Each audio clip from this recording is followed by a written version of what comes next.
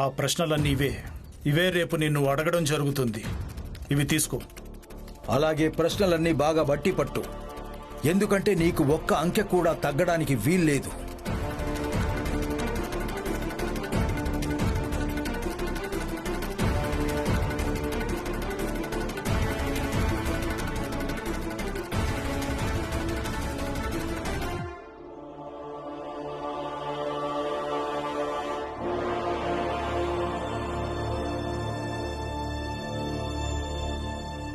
సమయం ముగిసింది.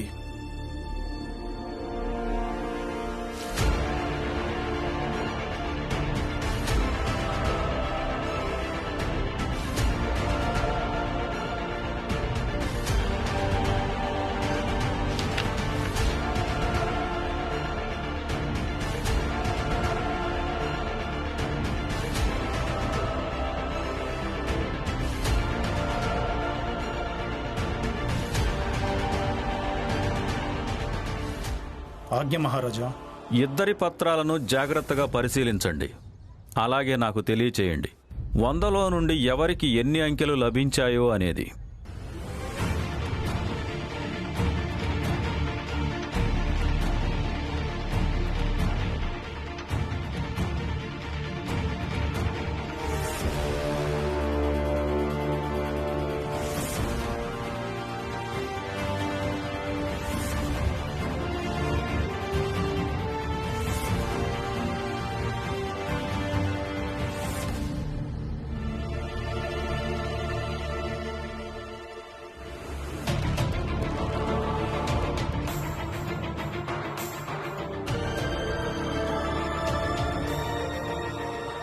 మహారాజా, ఇద్దరి జవాబు పత్రాలను పరిశీలించడం జరిగింది.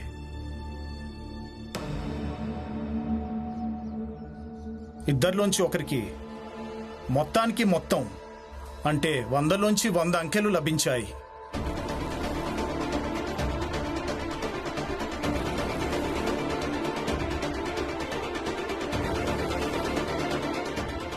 లభించాల్సిందే. ప్రశ్నపత్రం ముందే అందితే 100కు 100 ఎలాగూ వస్తాయి. మన భీమ్కే వచ్చుంటాయి 100కు 100. ఎవరికి 100కు 100 అంకెలు లభించాయి? మహారాజా, 100కు 100 అంకెలు ఎవరికి లభించాయంటే నికుంజ్కు.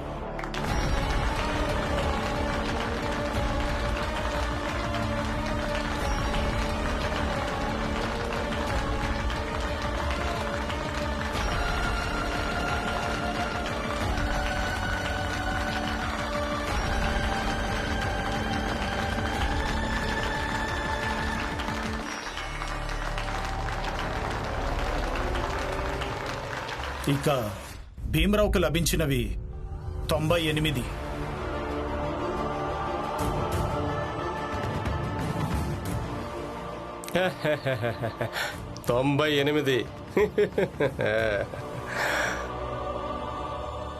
అంటే పోటీలో 2వ అధ్యాయంలో నికుంజ్ గెలిచాడు, అలాగే భీమరావు ఓడాడు.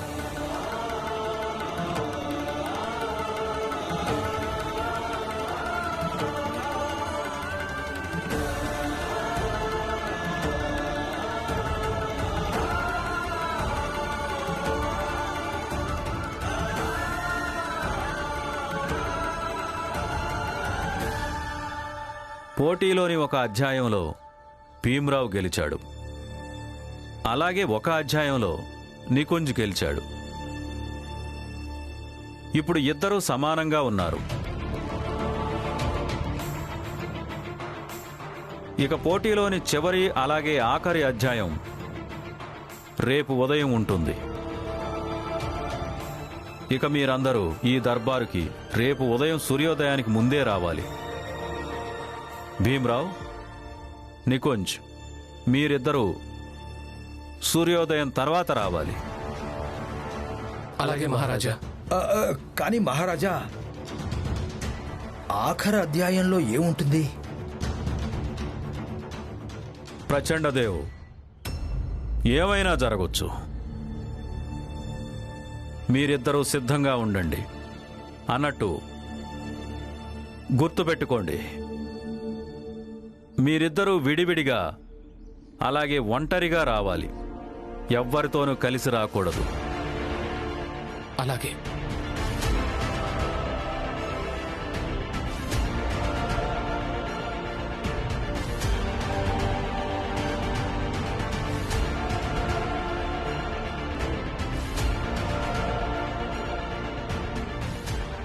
అంతగా రేపు ఏ పరీక్ష ఉంటుంది? ఏయ్ వినో, తొందరగా బయటికి రా. రా త్వరగా. ఏమైందండి? ఇలా రా ఇక్కడికి. ఇతను తెలుసా? ఇతను నికుంజ్. ఇతను ఎంత అద్భుతం చేశాడో తెలుసా నీకు? ఇతను మన పెద్ద జాతి వాళ్ల పేరు నిలబెట్టాడు. ఎలాగో అడుగు. ఎలా? ఇతను పరీక్షలో 100కు 100 మార్కులు సాధించాడు. వింతగా లేదు? నీకు తెలుసా, ఆ చిన్న జాతి భీమ్రావు తనకి తాను పెద్ద జ్ఞానిని అనుకుంటాడు. వాడికి ఎన్నంకెలు లభించాయి? ఎన్ని లభించాయి? కేవలం 98. ఇతన్ని అభినందించు. తర్వాత వెళ్లి రుచికరమైన భోజనం ఏర్పాటు చేయి. ఇతను 100కు 100 మార్కులు సాధించిన సంతోషంలో మేము కలిసి భోజనం చేస్తాం. వెళ్ళు. నేను ఇప్పుడే భోజనానికి ఏర్పాట్లు చేస్తాను. కానీ మీరు నన్ను అభినందించలేదు. నువ్వు అన్నది నిజమే. ఇతన్ని అభినందించు. చెప్పు. మిమ్మల్ని ఎందుకు అభినందించలేదా? నేను మిమ్మల్ని ఎందుకు అభినందించలేదంటే మీరు అభినందనలకు పాత్రులు కారు. అభినందనలకు పాత్రుడు భీమ్రావ్. ఎందుకు? అసలేం వాగుతున్నావు నువ్వు?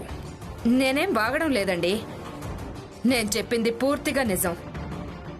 అవినీతితో ఈయన 100 అంకెలు సాధించాడు.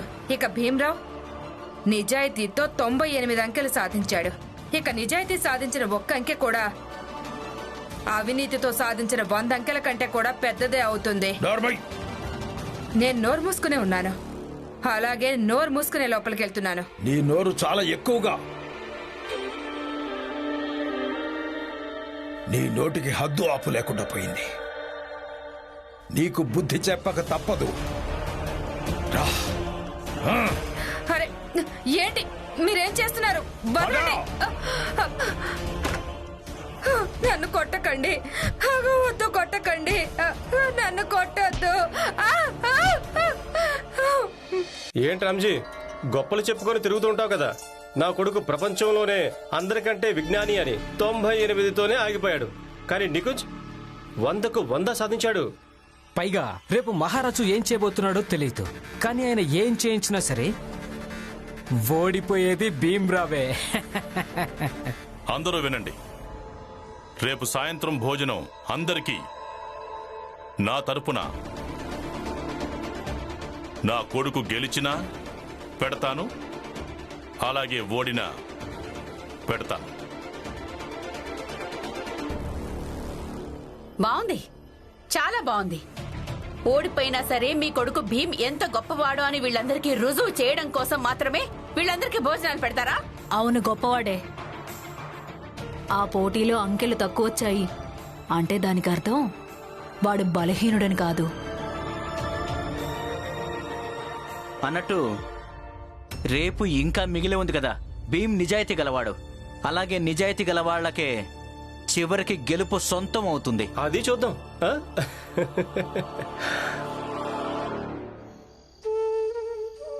మీరు విన్నారా? పురంజన్ బాబాయ్ చెప్పింది నిజమేగా. ఎవరైతే నిజాయితీగా ఉంటారో వాళ్లే గెలుస్తారు. మీకంటే నిజాయితీ గల వాళ్ళు ఎవరైనా ఉన్నారా? మీరు కేవలం మీ గురించే కాదు, మొత్తం సమాజం గురించి ఆలోచిస్తారు. తెలీదురామా.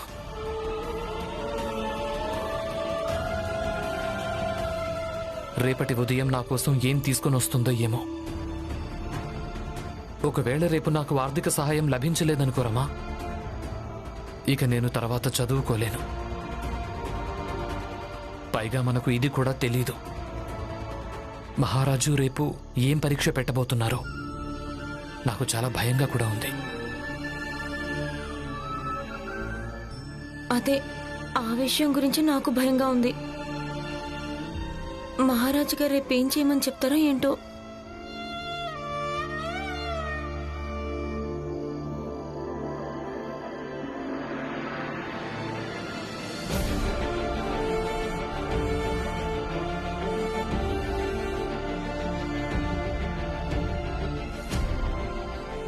సేవక,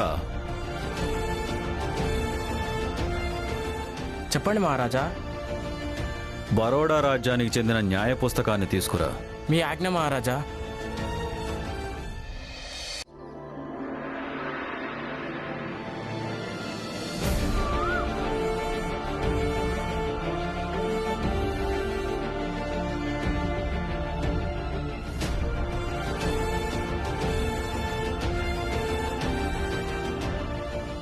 నమస్కారం మహారాజా. రాని కొంచెం కుర్చీ మీద కూర్చో. అలాగే మహారాజా.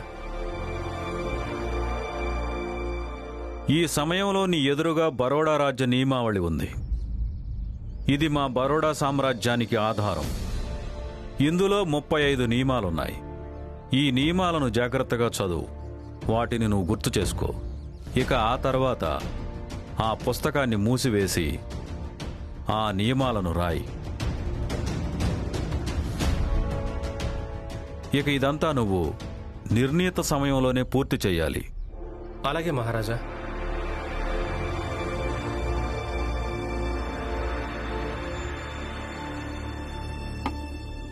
ఇక ఈ పోటీ సమయం ఆరంభమవుతోంది.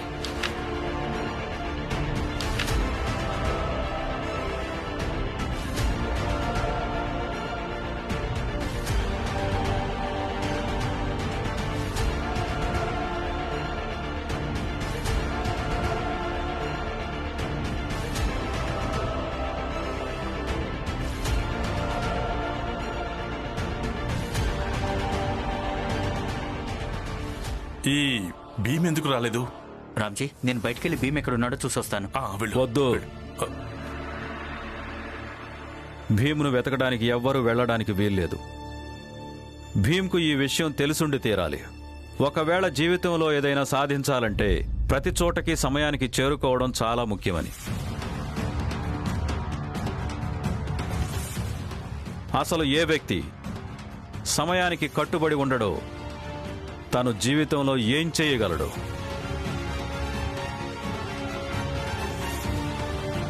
బావుంది మహారాజా. నిజంగా మీరు చెప్పింది అక్షరాల నిజమే. అయ్యో, అలాంటిదేమీ ఉండదు. ఆయన వస్తుంటారు.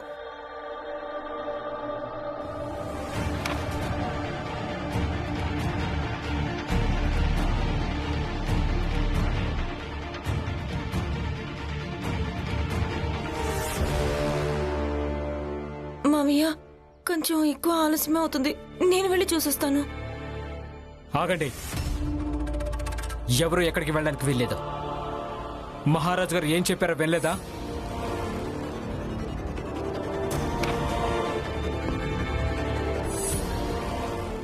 మహారాజా, నాకేమనిపిస్తుందంటే ఇప్పుడిక పోటీ లేనే లేదు అని. భీమ్రావు బహుశా భయపడి పారిపోయినట్టున్నాడు. చూడండి, ఈ నికుంజ్ ఒక్కడే కూర్చున్నాడు. ఇతనికి పోటీదారులు ఎవ్వరూ లేనేలేరు. అందుకే మహారాజా, మీకు నా విజ్ఞప్తి ఏంటంటే మీరు నికుంజును విజేతగా ప్రకటించి ఆర్థిక సహాయాన్ని ఇతనికే ఇచ్చేసేయండి. అంతే, ఇక పోటీ ముగిసినట్టే. క్షమించండి మహారాజా.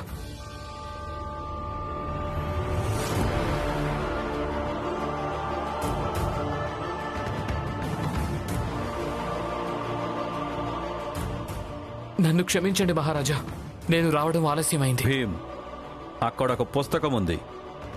ఆ పుస్తకంలో నియమాలు రాసున్నాయి.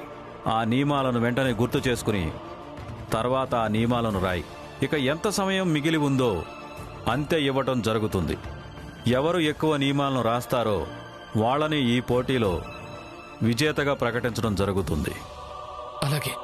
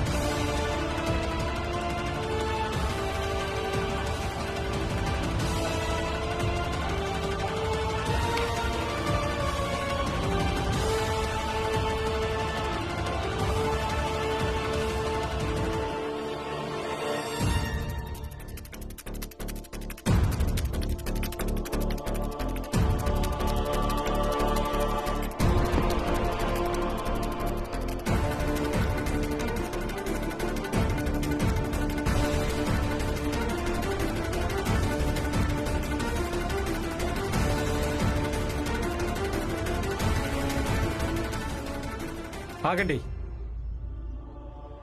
ఇక ఈ పోటీ సమయం ముగిసింది.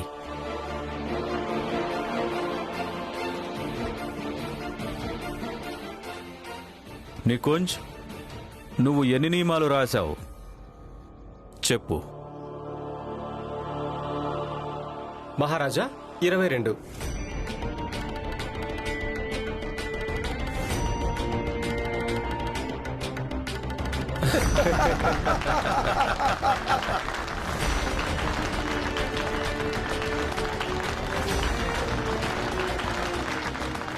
భీమ్రావ్, నువ్వు కూడా చెప్పు.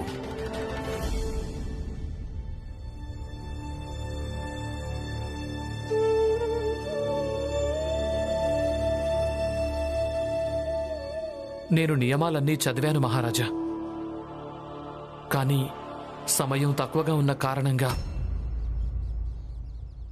కేవలం 3 మాత్రమే రాయగలిగాను.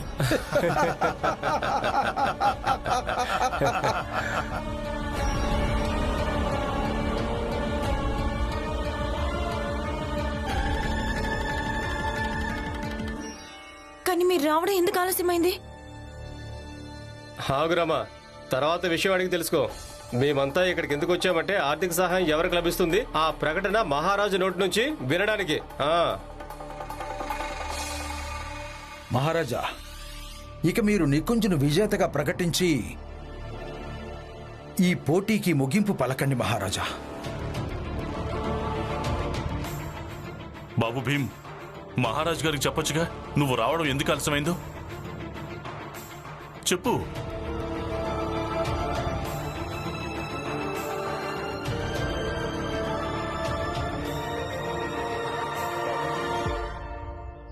ఇంటికి పదండి నాన్న, నేను ఈ పోటీలో ఓడిపోయాను.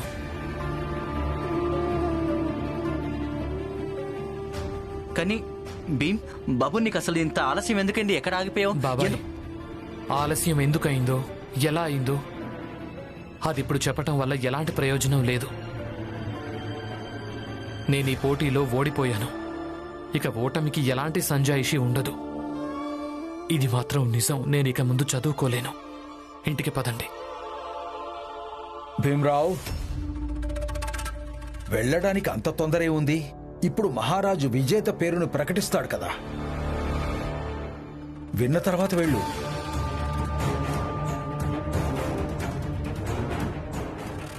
మహారాజా, మీకు మా విజ్ఞప్తి ఏమిటి అంటే విజేత పేరు ప్రకటించండి మహారాజా. అలాగే. ఈ పోటీలో విజేత ఎవరంటే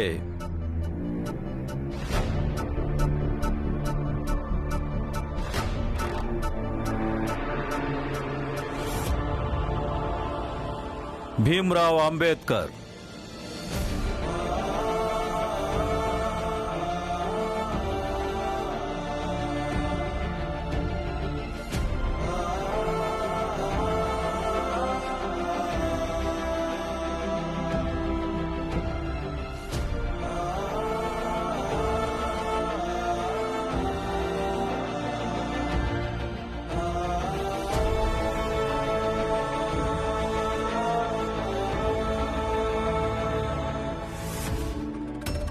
కానీ మహారాజా, విజేత నికుంజ్ కదా, పైగా నికుంజ్ సమయానికే వచ్చాడు కదా మహారాజా. ఇక ఈ భీమ్రావ్ రావడంలో ఆలస్యం కూడా అయింది కదా.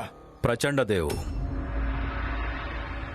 పోటీ ఎవరు సమయానికి వస్తారో అనే విషయంలో కాదు, అసలు పోటీ ఏంటంటే ఎవరు ఆలస్యంగా వస్తారో అని.